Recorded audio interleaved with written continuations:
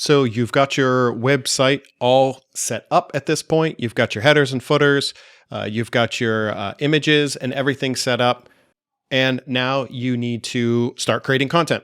Okay. So I'm going to give you guys kind of an overview of a standard article structure. This is not the end all be all. You should not follow this to a T, but this is just an idea for you guys to follow. And if you guys end up having somebody write your content, you can have them write to this particular structure. After I go over this Word doc showing you everything kind of how I follow my Word article structure, then I will show you a website that it pretty much mirrors this same article structure for affiliate blog posts. You should be shooting for a minimum of 4 long-tailed keywords, or LTKW, per 2,000 words, but no more than 10. It can be considered what's called keyword stuffing if you end up throwing the keyword in more than 10 per 2,000 plus words. So do your best to hit 1 to 2,000 words of pure value in your affiliate blog posts. Look at the competition. If they did only 800 words, then try to go for 1,000. We are aiming to provide better quality than what's out there. So more value will allow people to stay on your page longer, that dwell time increases, and it will look good to Google, and they'll want to push your blog post to the first page if you've got a more competitive long tail keyword. So the example article structure is as follows. Your title will be your H1. It should have your long tail keyword inside of it. You'll have some type of featured image that is related to the article post, and then you'll have an introduction. It'll be 1 to 2 short paragraphs. You will try to work in to the paragraphs your long-tailed keyword. I will show you an example of this after we go through this Word doc. Next, you'll have your subheading, also known as H2. Your H2 should also have some type of your long-tailed keyword inside of it and some text underneath it. Then all of your subheadings, your H3 and H4 titles, and will be alternating on and off through your blog post.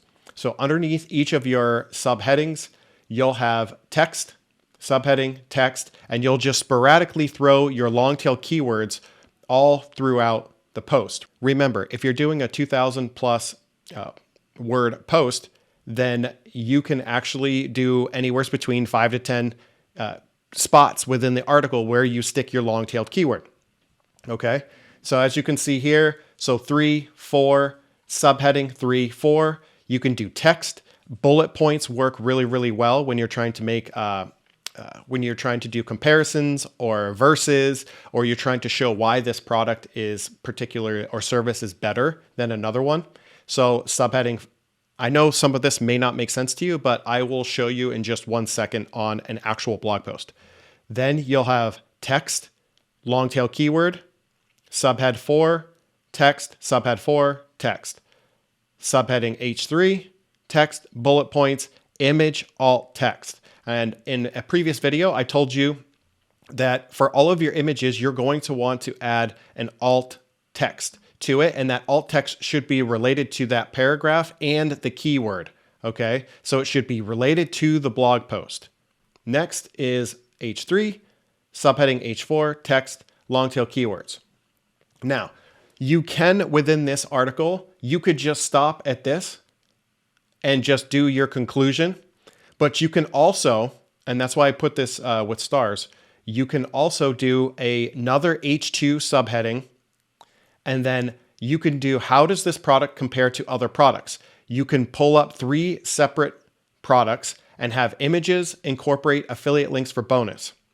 The reason why I put this is because you can have separate images and you can incorporate different affiliate links for each one of these comparison products to the one that you're actually writing the article about or promoting.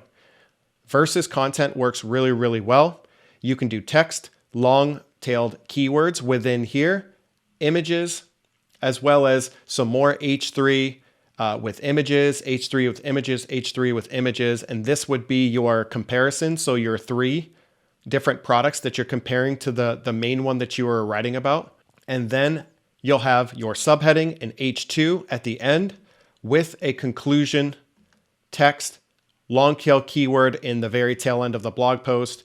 And then you can have at the very bottom, maybe next steps. You can, what you should be doing is linking a relevant article towards the bottom over to another article, okay, within your own blog. Then you can have a call to action button there, and you can have something where there's like a free lead magnet, right? Because we want to collect our leads of people who land on our blog. It's really, really important to build an email list. I will be talking about this in a future video, how we're going to be setting up our email list and how we're going to be automating our gift of our free lead magnet, and we're going to provide value.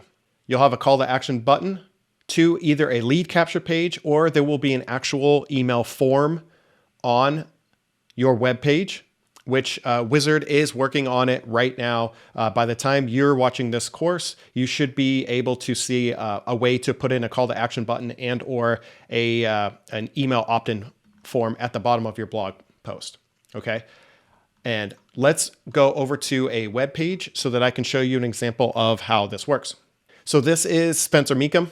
He is a really well-known affiliate marketer. Some of you guys may have heard of him.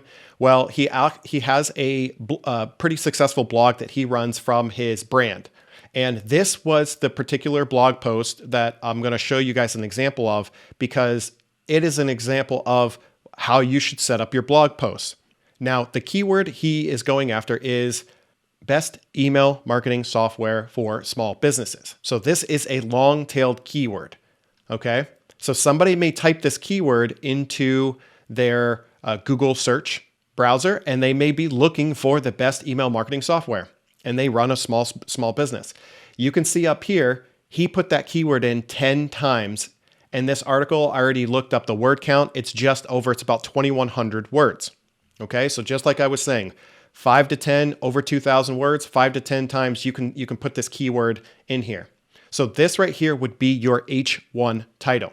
Okay, here's his two small paragraphs with his keyword in the very first paragraph. There is a call to action button here. It's not necessary, but if you're promoting a product, sometimes you want to get that call to action right at the top of the blog post. Okay, some people may not make it down to the end of the blog post, so you get a button with a call to action. And this right here would be H2. And within the H2 tag, you can see they stuck the long tail keyword again. Okay? H2, long tail keyword.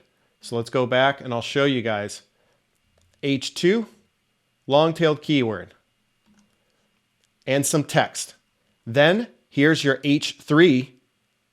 And something to note here, if you guys have a particular color and you're branding your blog, you can see Spencer Meekum brands his blog with this color orange. So definitely you can do some branding and add in colors here. But again, here's H3 and then H4. An example of this, right? H3, H4, then some text. Okay, so you see 3, 4, some text, boom, there is your long tail keyword. All right, so some text, a couple paragraphs. Here's another H4 and some images with your image alt tags. And then boom, here's your H3, H4, keyword. H4, text, H4, text, H4, text, image with an alt tag. All right. Then a little more text, and then you can do H3, H4, text, text, image, H4, text. And you guys can see there was a little space here in between here where his keyword was. And then you go down and you can see underneath another H2 text or H3 text, you can see the keyword is in again. So the keyword, as you can see, it's worked into the article in different ways over and over and over again, all the way down. This is so that when Google crawls your H1, 2, 3, and 4 tags, it's going to be looking based off of your H1 tag. it's going to look for this particular keyword over and over and over again because it wants to know, are you writing exactly what your long-tailed keyword is about?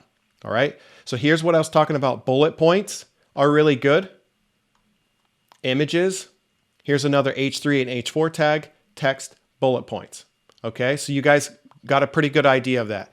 Now we're getting towards the end of the article. We add another H2 tag. Okay, so we'll scroll down. Here, subheading H2, how does this product compare to other products?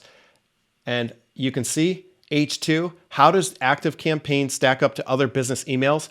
And again, the long tail keyword. Okay, so hopefully you guys are starting to understand kind of the structure of how you need to set up your blog. Here's some text, and then again, H3, text, image. H3, text, H3, text, H3, right? Image, image, image. And each one of these, it's not in this particular blog post, but each one of these could be an affiliate link taking people over to one of ActiveCampaign's competitors. Okay? Because this is a blog post about the best email marketing software for small businesses. So you're giving them even more. You could have an affiliate link to GetResponse, an affiliate link to Constant Contact, right? So if somebody's like, well, I heard something about Constant Contact, I want to check it out. When they hover over it, or if they tried to click it, it would send them over to Constant Contact with your affiliate link. So if they decided to use that product, you could earn a commission as well, right?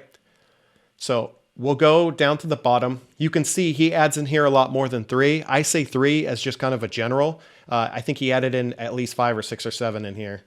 And again, here's your main keyword, long tail keyword, and final thoughts in a conclusion, long tail keyword.